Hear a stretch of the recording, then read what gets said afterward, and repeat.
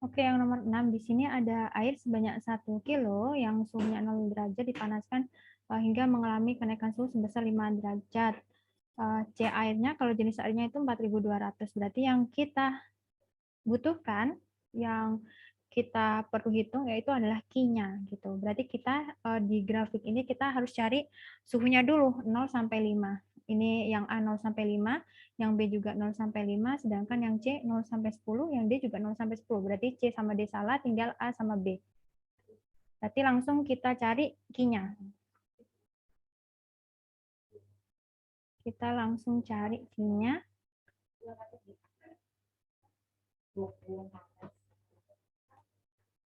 Jadi di sini ada M air 1 kilo, T-nya 0 sampai 5, berarti delta T-nya 5 dikurangi 0 langsung 5 derajat Celcius. C-nya sudah ada, yaitu 4.200 Joule kilogram derajat Celcius, berarti kita harus mencari Q-nya. Q sama dengan MC delta T. M-nya 1, C-nya 5, delta T, kebalik, C-nya 4.200, baru delta T-nya 5. Nah, jawabannya adalah 2100. 2100 Joule. 21.000 Joule. Berarti kalau misalnya dijadikan kilojoule, 21 kilojoule. Sama kayak tadi ya, sama kayak meter, jadikan kilometer, jadi dibagi 1000. Nah, berarti cari yang Q-nya 21. Nah, yang Q-nya 21 itu yang B. Kemudian yang nomor 7. Perhatikan tabel berikut, setiap bahan bermassa 1 gram diberi kalor sama besar, Q-nya sama. Urutan bahan yang mengalami kenaikan suhu tercepat adalah, berarti kalau Q-nya sama, terus M-nya juga sama, berarti yang mempengaruhi adalah C sama delta T. Kalau kita lihat, yang ditanyakan adalah bahan yang mengalami kenaikan suhu tercepat, berarti C-nya ini kita pindah ruas ke kiri, 1/C. Semakin tinggi C-nya, maka delta T-nya semakin kecil. Semakin kecil C-nya, maka delta T-nya semakin besar. Berarti di sini kita cari C-nya, yang ditanyakan kan urutan yang mengalami kenaikan suhu tercepat. Berarti kita cari yang tercepat dulu, tercepat ke terlambat. Yang tercepat kita cari yang paling kecil. Itu ada perak, disusul tembaga, disusul besi, disusul gelas, disusul aluminium. Berarti jawabannya adalah yang B, perak, tembaga, besi, gelas, dan aluminium. Kemudian yang nomor 8. Yang ditanyakan sama Q-nya. Ada air, masanya 500 gram. Kita tulis di sini. Jadi di sini ada air sebanyak 500 gram. Kalau kita ubah ke kilogram, 0,5 kilogram. Setelah itu dia mengalami kenaikan suhu delta T-nya, T akhir dikurangi T awal. T akhirnya 30 dikurangi T awalnya 0, berarti 30 derajat Celcius. C, kalau jenis airnya 4.200 Joule kilogram derajat Celcius, yang ditanyakan nilai X. Nilai X itu sama dengan nilai Q-nya. Q-nya berapa? Gitu ya. Kemudian kita cari Q-nya sama dengan MC delta T. M-nya 0,5, C-nya 4.200, delta T-nya 30. Hasilnya 2103.63. Tuh, 23 Joule. Jadikan kilojoule, 63 kilojoule. Jadi jawabannya adalah yang C. Kemudian yang nomor 9. Kalor sebanyak P dapat meleburkan es bermassa 2 kg seluruhnya.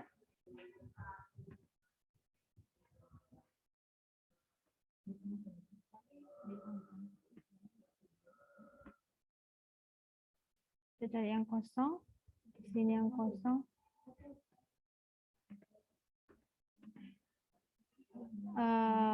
jadi kalor sebanyak P. Jadi ada Q, MS, dapat meleburkan S seluruhnya. Jadi kita harus cari dulu Q-nya itu berapa. Massa S-nya 2 kilo, lebur S-nya itu yang ini ya. 3,36 kali 10 pangkat 5.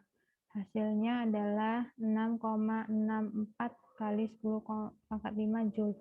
Oh, berarti P-nya, P atau Q-nya itu sama dengan sekian. Nah, dengan kalor sekian, dia itu pengen ngeleburkan timbal. Berarti Q sama dengan M timbal dikali L timbal. M timbalnya itu ada 10, L timbalnya, lebur timbalnya itu yang ini, 2,5 kali 10 pangkat 4. Berarti hasilnya 2,5 kali 10 pangkat 5. Nah, berarti untuk meleburkan timbal seluruhnya itu hanya diperlukan kalor sebanyak 2,5. Sedangkan kita pengennya menggunakan kalor 6,64. Berarti kan itu malah tumpah-tumpah ya, malah kelebihan kalor. Berarti jawaban yang benar adalah timbal melebur seluruhnya. Oke, untuk nomor selanjutnya, perhatikan pernyataan-pernyataan berikut. Pernyataan yang tepat terkait dengan nilai suatu kalor. Nilai kalor yang diserap suatu benda berbanding lurus dengan kalor jenis benda. Betul ya, Q sama dengan MC delta T. Berarti Q ini berbanding lurus dengan C, atau kalor jenis benda. Yang dua, kalor laten adalah kalor yang digunakan untuk mengubah wujud zat. Betul ya, kalor laten ini kan untuk mengubah dari es ke air atau dari air menjadi uap. Kemudian yang tiga, satuan kalori bernilai sama dengan satuan joule sebagai satuan kalor. Ini kurang tepat, harusnya satuan kalori itu sama dengan 4,2 joule. Kemudian yang 4 kalor laten pada benda hakikatnya bernilai 0. Itu tidak, karena kalor laten itu tidak bernilai 0, jadi ada nilainya. Jadi yang tepat adalah 1 dan 2. Kemudian yang nomor 4. Peristiwa yang menerima kalor ditunjukkan oleh angka. Terdapat kabut saat malam hari, ini dia melepas kalor. Akibatnya kalau melepas kalor menjadi dingin suhunya.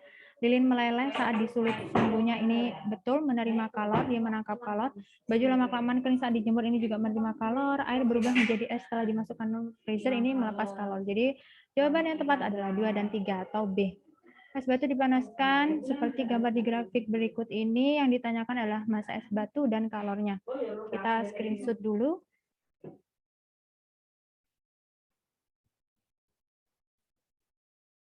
Kita screenshot dulu.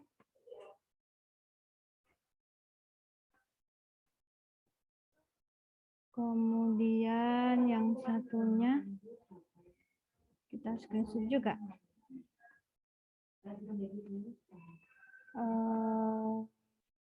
Ini kita screenshot juga. Kita kecilkan ya, biar nggak menghalangi. Ya, segini. Yang ditanyakan adalah massa dan es batu dipanaskan. Jadi es batunya awalnya itu di sini dia dipanaskan sampai di C. Berarti di sini dia akan melalui 2 tahap, ada A ke B, kemudian B ke C. Berarti Q1 sama dengan, kalau Q1 ini kan terjadi perubahan wujud dari es menjadi air. Ini udah direkam kan? Oke, dari es ke air. Berarti kita pakai kalor laten ya. M sama dengan LS. MS-nya itu massa S-nya itu yang dicari, karena kalor yang dibutuhkan es melebur. Nah, ini berarti itu Q-nya. 840 kilojoule, jadikan joule 123 kali 1000. M-nya yang kita cari, LS-nya, lebur S-nya itu 336,223. Berarti MS sama dengan, ini bisa kita coret berarti 840 dibagi 336. Berarti 840 dibagi 336 adalah 2,5 kilo. Itu adalah massa S-nya. Berarti ada C sama D. Tinggal kita cari Q2-nya. Q2 di sini ada kenaikan suhu. Berarti kita pakai rumus MC delta T. M-nya itu massa S-nya, yaitu yang tadi 2,5 kali C-nya itu kalor jenis air 4.200, delta T-nya itu dari 0 ke 80, berarti akhir dikurangi awal, 80 dikurangi 0, itu berarti 80. Ya. Dan ini kalau kita hitung, itu sama dengan 840-23 Joule, atau 840 kilojoule kalau kita jadikan kilojoule. Jadi jawaban yang tepat adalah yang B. Oke, sekian itu pembahasan kita pada kali ini. Semoga bermanfaat. Silahkan jika ada pertanyaan menghubungi Ibu. Terima kasih.